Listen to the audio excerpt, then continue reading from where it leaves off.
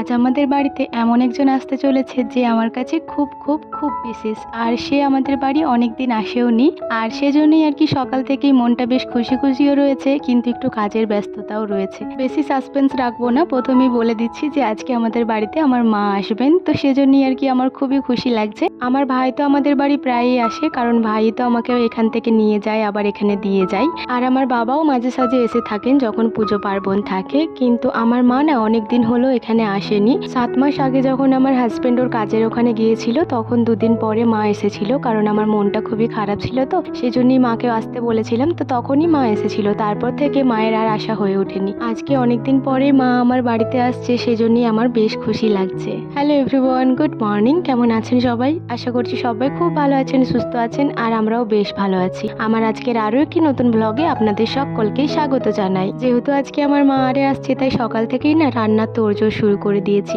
আর আপনাদেরকে তো জানিয়েইছি যে আগের দিন সন্ধ্যায় আমার শরীরটা খুব একটা ভালো ছিল না, সেজন্যই সকাল থেকেই না একদমই এনার্জি নেই শরীরের মধ্যে, একটুতেই যেন ক্লান্তি লাগছে। তো সেজন্যই না আজকে কাজকর্মগুলো আর আপনাদের সাথে শেয়ার করতে পারলাম না। সকালবেলায় সবজি কাটছিলাম, সেটুকুই ভিডিও শুট করেছিলাম, আর এরপর না দুপুর হয়ে গেছে। দুপুরবেলায় রান্না বান্না সমস্তটাই কমপ্লিট হয়ে গেছে। আর আপনারা নিশ্চয়ই ভাবছেন যে আমার মা হঠাৎ করে কেন এসেছে। আসলে আমাদের বাড়িতে না আম কাঁঠাল দিতে আসতে হয় মেয়ের বাড়িতে। প্রত্যেকবার আমার বাবা কিংবা আমার ভাই আসে, কিন্তু এবারে আমি মাকে বললাম যে মা তুমি আসবে, তাহলে খুব ভালো লাগবে, তুমি তো অনেকদিন আসোনি। সে কারণেই আর কি মা এসেছে। আসলে বাবারও শরীরটা তো একটু খারাপ, আগের ভিডিওতেই আপনাদেরকে বলেছি। তো বাবার শরীরটা এখন একটু ভালো রয়েছে, তাই আজকে এসেছে। আর আমার মামার শরীরটাও তো খুবই খারাপ, আপনাদেরকে তো জানিয়েছি মামার অনেক বড়ই একটা অ্যাক্সিডেন্ট হয়েছিল, তো এখন তো মোটামুটি অনেকটাই সুস্থ আছে। তো মামাও এসেছে, অনেকদিন তো মামারও আসা হয়নি। আসলে মামা না এখানকে আসতে বেশ ভালোবাসে, তো আজকে 3 জন মিলিয়ে এসেছে, এতে করে আমিও বেশ খুশি হয়েছি।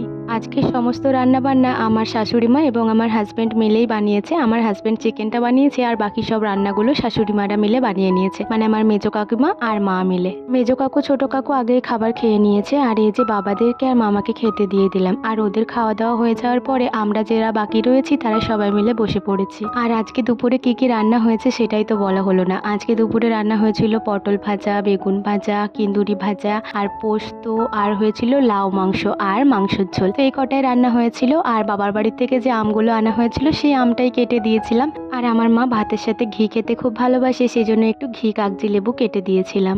খাওয়া দাওয়ার পরে এঁঠো বাসনগুলো সমস্তটাই নিয়ে কলপাড়ে চলে এসেছি, আর এই যে আমি মেজে দিচ্ছি। আর জানেন তো কারেন্ট চলে গেছে, তাই সমস্ত বাসনগুলো কল পাম্প করে করেই ধুতে হবে। বাসনগুলো আমি মাজছিলাম, আর এদিকে শাশুড়ি মা বললো তোমাকে মাজতে হবে না, তুমি ঘরেতে যাও তোমার মাকে নিয়ে, আমি মেজে নিচ্ছি। আর জানেন তো এগুলো মাজতে মাজতেই আবার বৃষ্টি চলে এসেছিল, তাই মাকে একটা গামছা মাথায় দিয়ে দিচ্ছি। আর এদিকে মা বললো যে প্লেটগুলো রয়েছে ওগুলো ধুয়ে নিয়ে চলে যাও, নয়তো ওগুলো ভেঙে যাবে। যেহেতু বৃষ্টি নেমে গেছে, তাই বৃষ্টির মধ্যে তো আর বাসনগুলো ধোয়া সম্ভব নয়, তাই মা বললো এই প্লেটগুলো নিয়ে চলে যাও, বাসনগুলো পরে ধুয়ে নেব।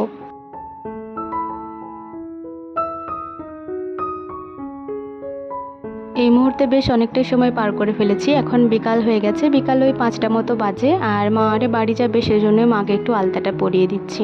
মাকে অনেকবার করেই বললাম যে আজকে দিনটা থেকে যাও, আজকেই তো এলে, কিন্তু কি জানেন তো পরের দিনকে তো গুরু পূর্ণিমা আছে, তো মায়েরও তো বাড়িতে পুজো রয়েছে, তো সে কারণে মা বললো যে চলে যাই। আর মা থাকলেও বাবা তো থাকবে না, কারণ বাবার গাড়িতে একটু কাজ রয়েছে, বাবাকে যেতেই হবে, সেজন্যই মা বললো যে চলে যাই, আবার পরে আসবো, তখন না হয় থাকবো। তো এই যে মাকে আলতাটা পরিয়ে দিচ্ছি, আর পায়ে আলতাটা পরানোর পরে হাতেও 5টা টিপ দিয়ে দিলাম। মায়ের পায়ের নখগুলো ফাঁকাই ছিল, সেজন্যই একটু নেল পলিশও লাগিয়ে দিচ্ছি। আর শাশুড়ি মা দাঁড়িয়েছিলেন, মাকে বললাম যে পরার জন্য আলতা, মা বললো আমি পরে পরছি।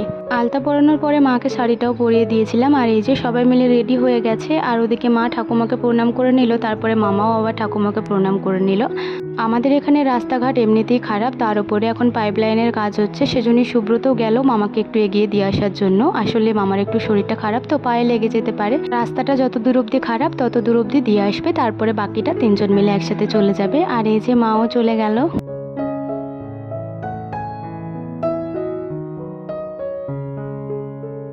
এই মুহূর্তে অনেকটাই সময় পার করে ফেলেছি, এখন 6:30 মতো বাজে। আর আমার মা আরে বাড়ি পৌঁছেও গেছে, শাশুড়ি মা সন্ধেও দেখিয়ে নিয়েছেন। আর তারপরে আমি মাটির বাড়িতে এলাম এই যে চা বানাবো। সন্ধ্যাবেলা বাড়ির সকলে চা খায় না, শুধুমাত্র আমরা 5 জন খাই। 5 জন হচ্ছে আমি, ঠাকুমা, বাবা, মেজো কাকু আর মিষ্টু। যেহেতু ও ছোট বাচ্চা, ওকে দুবেলা চা না দেওয়াটাই ভালো, কিন্তু কি জানেন তো সবাই মিলে আমরা খাই, তো ও বলবে আমাকে একটু দাও, তো সেজন্য আর কি অল্প একটু মতনই দিই, খুব একটা দিই না। বিকালবেলা মা আরে বাড়ি যাওয়ার আগে মাদেরকে একটু চা বানিয়ে দিয়েছিলাম, সেজন্যই কেটলির মধ্যে চা পাতাগুলো ছিল, তো সেটাই প্রথমে একটু ধুয়ে নিলাম, আর তারপরে চা, চিনি, জল দিয়ে চাপিয়ে দিয়েছি। মেজো কাকু যেহেতু দুধ চা খান না, শুধু দুধ চা বললে ভুল হবে, উনি দুধের কোনো কিছুই খান না, তো ওনার জন্য এই যে লাল চা তুলে রাখলাম আর তারপরে বাটি করে একটু দুধ এনেছিলাম সেটাই ঢেলে দিলাম। যেহেতু আবার 1.5 কাপ মতো দুধ অ্যাড করলাম, সেজন্য অল্প একটু চা পাতা আর 2 চামচ মতো চিনিও দিয়ে দিলাম। এরপর চলুন চাটা ফুটিয়ে নিই, তারপর সবাইকে আবার অল্প অল্প করে মুড়ি দেবো। আজকে মা ঘি গলিয়েছেন, সেজন্য ঘি চাচিটা রয়েছে, আর ঘি চাচি থাকলে ঠাকুমা অল্প করে মুড়ি খান, সেজন্যই ওই ঘি চাচির বাটিটাতেই অল্প কটা মুড়ি দিয়ে দিয়েছি। আর মেজো কাকু প্রতিদিন সন্ধ্যাবেলায় চায়ের সাথে অল্প কটা মুড়ি খায় তেল দিয়ে, তো ওনাকে তেল মুড়ি চা দিয়ে দিলাম, আর এই যে ঠাকুমাকে এই ঘি মুড়িটা দিয়ে দিলাম। বাবাকেও চাটা দিয়ে দিলাম, আর ঠাকুমার জন্য 1 কাপ চা নিয়ে এসে ওটা দিয়ে দিলাম, আর তারপরে আমার জন্য আর মিষ্টুর জন্য একটু করে চা নিয়ে চলে এলাম। এরপর চলুন বসে বসে চাটা খাওয়া যাক। আর বন্ধুরা, এই মুহূর্তে আমাদের বাড়ির সকল সদস্যরা উপস্থিত, মানে আমাদের বাড়িতে যে 9 জন সদস্য তারা সবাই এই মুহূর্তে উপস্থিত রয়েছে। আর প্রত্যেক সন্ধ্যাবেলা এভাবেই সবাই মিলে একসাথে চা খাওয়া দাওয়া হয় আর অনেক অনেক আড্ডা দেওয়া হয়। আর আমাদের সকলের মধ্যে খুব সুন্দর একটা সম্পর্ক রয়েছে, যেটা আপনারা দেখেই হয়তো বুঝতে পারছেন।